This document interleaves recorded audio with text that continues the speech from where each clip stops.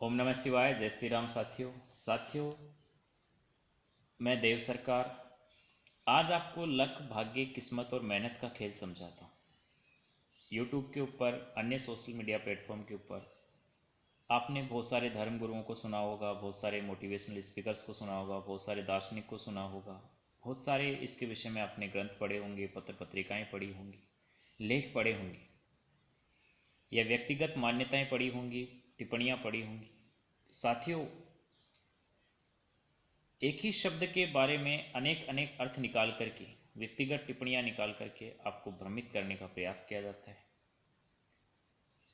तो उसका सही सीक्रेट अर्थ क्या है, उसको आज समझते हैं। लक, भाग्य, किस्मत और मेहनत का खेल। तो साथियों, लक,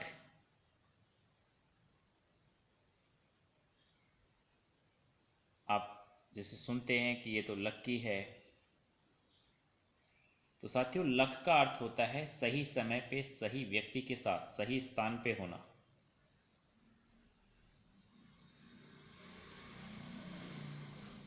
लक जो है वो संगति को रिलेट करता है।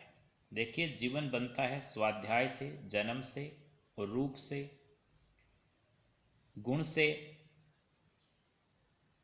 और संगति से।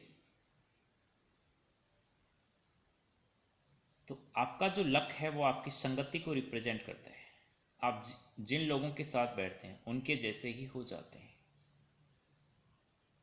अगर अच्छे लोगों के साथ आपकी संगति है तो आप अच्छे लक वाले हैं, और बुरे लोगों के साथ आपकी संगति है तो आप बैड लक वाले हो जाएंगे।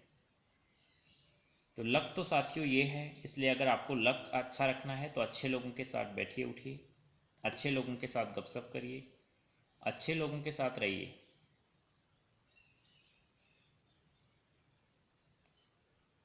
भाग्य, साथियों भाग्य जो है वो कर्म को रिप्रेजेंट करता है, यानी कि कर्म से बनता है। आप अच्छा कर्म करेंगे आपका अच्छा भाग्य बन जाएगा, बुरे कर्म करेंगे आपका बुरा भाग्य बन जाएगा। प्रेजेंट स्थिति चाहे जो हो। अब आप देखते हैं समाज में कुछ लोग प्रेजेंट में तो बहुत बुरे कर्म कर रहे हैं, दारू, सट्टा, अयासी, व्यभिचार कर रहे हैं, और उनके पास बहुत पैसा है। तो साथियों वो उनके भाग्य में है, वो पहले से ही उनको मिला है, क्योंकि उन्होंने पहले बहुत अच्छा कर्म किया है, तब किया है। उन्होंने किया है या उनके बाप दादा ने किया है। अभी उड़ा रहे हैं, अब कर्म बिगड़ रहे हैं तो फिर बाद में वो समाप्त हो जाएगा उनका।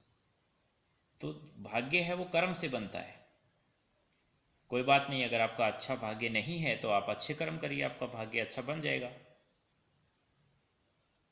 किस्मत, किस्मत जो है वो पूर्व कर्मों को रिलेट करती है, यानी कि पूर्व।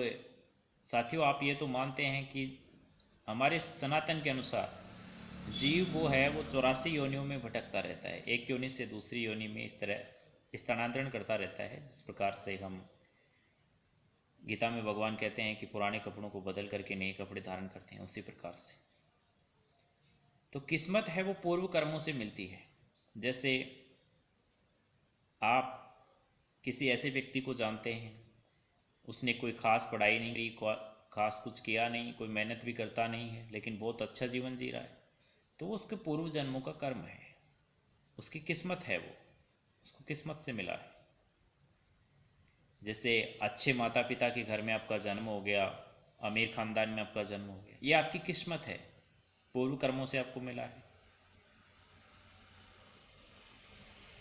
तो साथियों आपकी किस्मत में कुछ नहीं है तो फिर आपको लिए क्या करेगा, तो फिर आपको किस्मत को छोड़ देना है। आखिरी शब्द आता है मेहनत।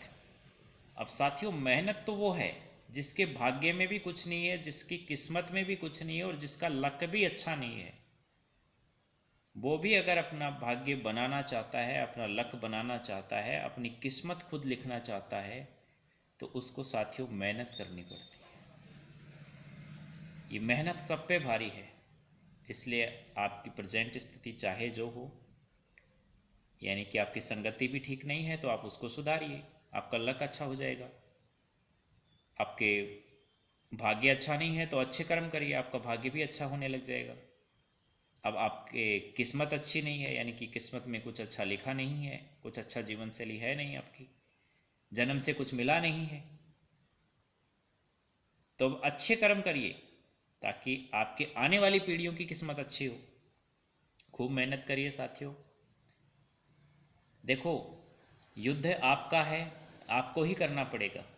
जीवन आपका है, बदलना भी आपको ही है। दुनिया बाद में बदलना, दुनिया की परवाह बाद में करना। साथियों, खूब मेहनत कीजिए, स्वाध्याय कीजिए, अच्छी संगति में रहिए, अच्छे कर्म करिए, व्यापार करिए, काम धंधा करिए और अपने जीवन को उच्च स्तर के ऊपर लेकर के जाइए। कहते हैं गरीबी में पैदा होना आपके हाथ में थोड़ी है। जन्म से आप अंधे हो गए, गोरे हो गए, काले हो गए, ये आपके हाथ में थोड़ी है। ये सब पहले पूर्व कर्मों के आधार पे मिला है। अब आपको बदलना है। ये जो जीवन है वो आपके हाथ में है। जाने दीजिए यार, आपको कुछ लिखा नहीं है किस्मत में तो आप खुद लिखिए। आपके पास बड़ा अच्छा मौका है।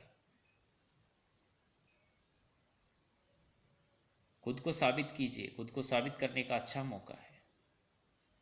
जब जाएं तो उस खुदा को भी बोल दीजिए, वो भी आपके स्वागत में खड़ा हो कि यार मैंने तो इसको कुछ दे के नहीं भेजा, ये तो कुछ अच्छा करके आया है, अपना नाम करके आया है। साथियों, इस शरीर को तो छोड़ना ही है समय पर। राम जी का बुलावा आएगा तब जाएंगे या उससे पहले चले जाएंगे। लेकिन जाने से पहले एक काम करो, अपने सपने पूरे करो। अपना जीवन जियो खुशी के साथ, भरपूर आनंद के साथ। जो नहीं है वो प्राप्त करो। तो साथियों, बहुत मेहनत करो और अपने ज़िंदगी का, अपने भाग्य का निर्माण स्वयं करो। धन्यवाद। जय हिंद, जय भारत।